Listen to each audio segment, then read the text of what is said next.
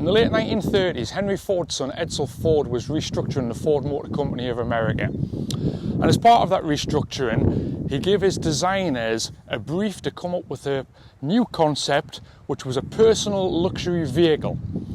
Now, this personal luxury vehicle was to be focused upon opulence, complete luxury, but to have a European type continental theme. So basically, he wanted a luxury high-end motor car that would be suitable for a husband and a wife to take off, tour Europe, tour the United States in the epitome of luxury.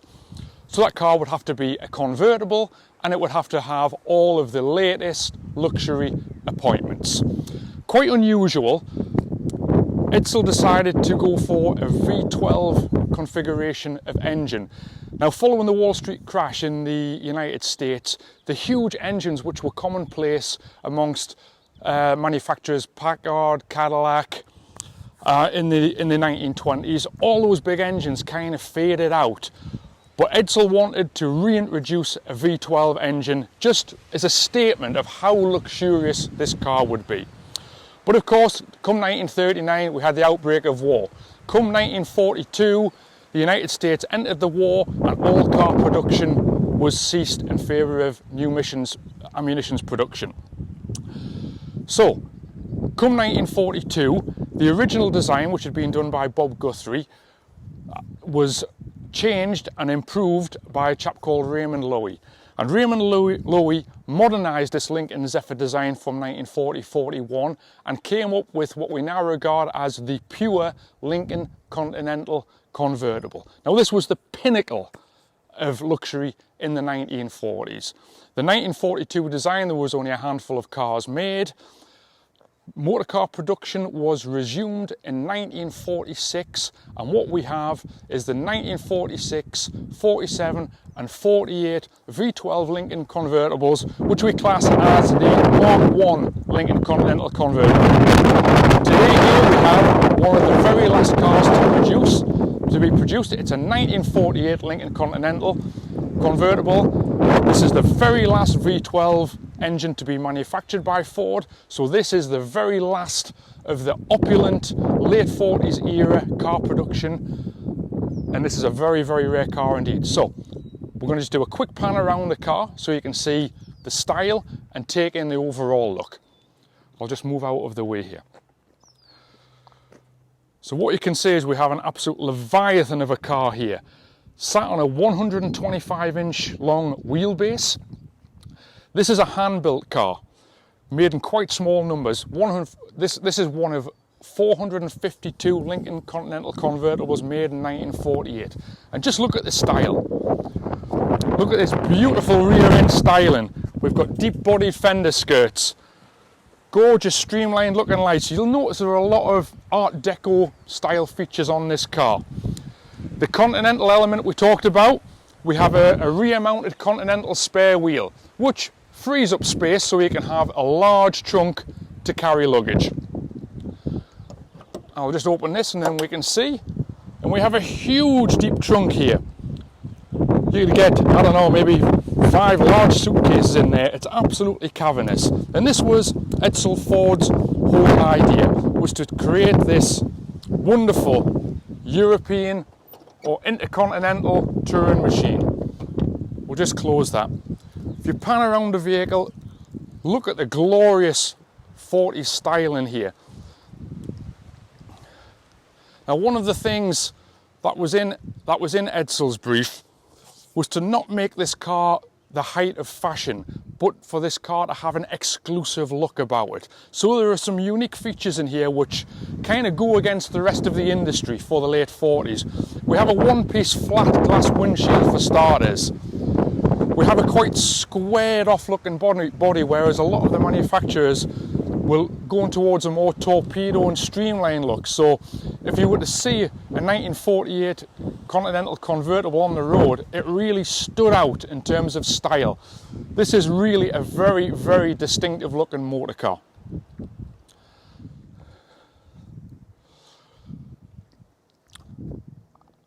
Okay, so one of the key features of this car is what lies underneath the hood here. We talked about the V12 engine. Now, when this was introduced in 1940, they had a lot of problems with this engine initially. As I say, it's a V12 design. It's actually a flathead design. The first engines that were made were 306 cubic inches, and they suffered from overheating problems in the early days. Now, come 1943, when the production of this car was suspended because of the war effort, unfortunately Edsel Ford died. His replacement at the helm, after initially Henry Ford I taken over for a 2-year period, Henry Ford II, who was in fact the original Henry Ford's grandson, took over the helm of the Ford Motor Company.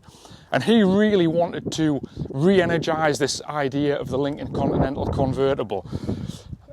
Henry was buying into this projected thought of what he expected would be a newfound optimism after the end of World War II. So he really wanted to use the Continental Convertible as a real advertising point for Ford. So 1947, 48, this car is reintroduced, it's revised, and they made a load of engine improvements. They dropped the cubic capacity to 292 cubic inches with aluminium cylinder heads. Don't forget, this is a 75-degree angled V12, and what they came up with is, to this date, America's most successful V12 engine ever built. This is a fantastic unit. I'm going to pop the hood so we can take a look underneath. Strong wind today is not helping. Okay, so what we have here is a beautiful engine design. As I say, 75-degree V12 configuration. It's a flathead engine. We've got a dual barrel downdraft carburetor there. Original generator on this car, oil bath air cleaner, 6-volt system. This car was equipped from the factory with a Borg-Warner overdrive unit, so although it's a 3-speed manual on the transmission, we do have an overdrive in 2nd and 3rd gears, giving effectively a 5-speed car. So this was a fantastic Continental touring vehicle.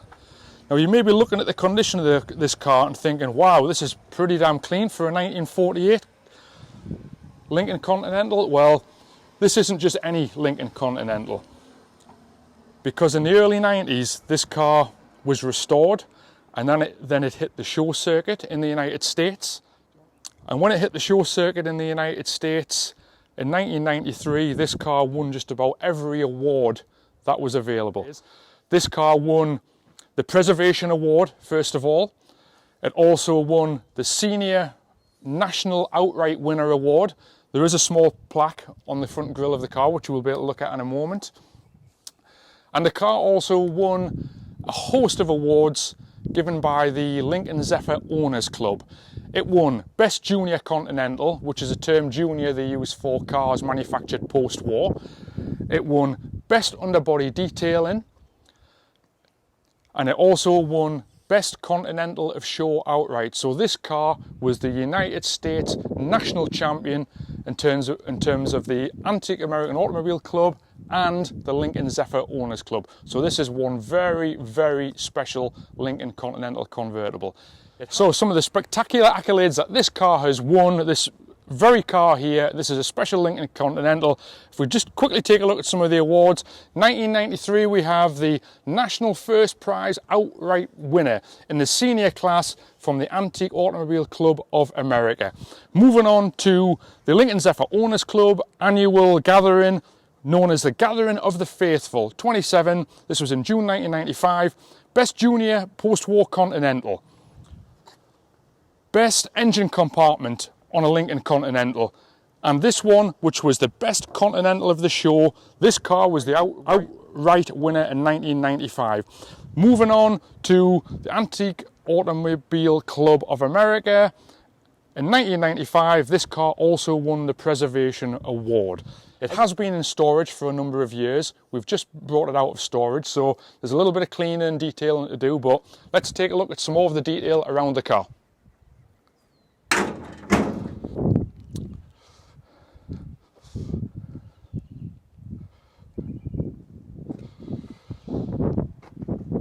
Some great features on this car, yet again, very Art Deco. I just love the push button door opening system here. Press the button, the doors are sprung loaded and open they come. This is a luxury car. As I say, we've got all the features you could ever hope for. We've got a beautiful half leather interior. We've got a hydraulically powered convertible top. We've got hydraulic powered windows also. So we've got power windows, power top on this car. They work absolutely beautiful because it has been rebuilt inside and out and comprehensively rebuilt. We've got a beautiful valve radio there, self-seeker. Wonderful Art Deco style grandfather clock in the dashboard there next to the glove compartment. Yet again, lovely Art Deco features, temperature gauge, oil gauge, ammeter, fuel gauge, speedometer.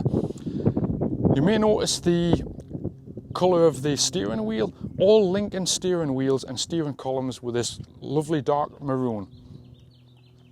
It's an unusual contrast with the blue, but that's exactly how it should be.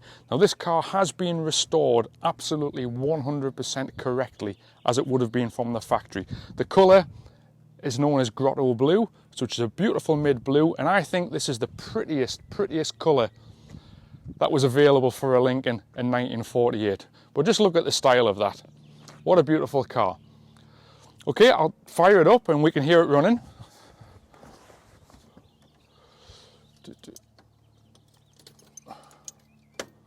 Push button starter, and it's an instant starting motor car. Just listen to that beautiful V12. It's such a smooth round note, it almost sounds like a turbine when it's running. And that was the thing about this car. It wasn't the most powerful car on the market, but it had a phenomenal amount of torque, 220 pounds per foot of torque. The engine was super smooth and this car just glides down the road. Sporting about 125 horsepower, this was just the epitome of luxury and comfortable driving in 1948. We'll just take a quick look under the hood and you can see the car running. I don't know how well the sound will produce on the microphone here, but this thing is just absolutely whisper quiet. If ever you could use the term it runs like a Swiss watch, I would say it's applicable to this engine. It is absolutely beautiful. We have no rattles on there, we have no squeaks. There's more noise comes from the fan belt than there comes from the engine itself. It is absolutely magnificent. And this is how a V12 Lincoln should run. What a beautiful car. Okay, we'll just take a quick drive down the street and you can see it in action. So 3-speed manual, 3 on the tree with overdrive. It's the easiest thing in the world to drive. Drop it into gear, handbrake off. And away we go. Absolutely smooth as can be.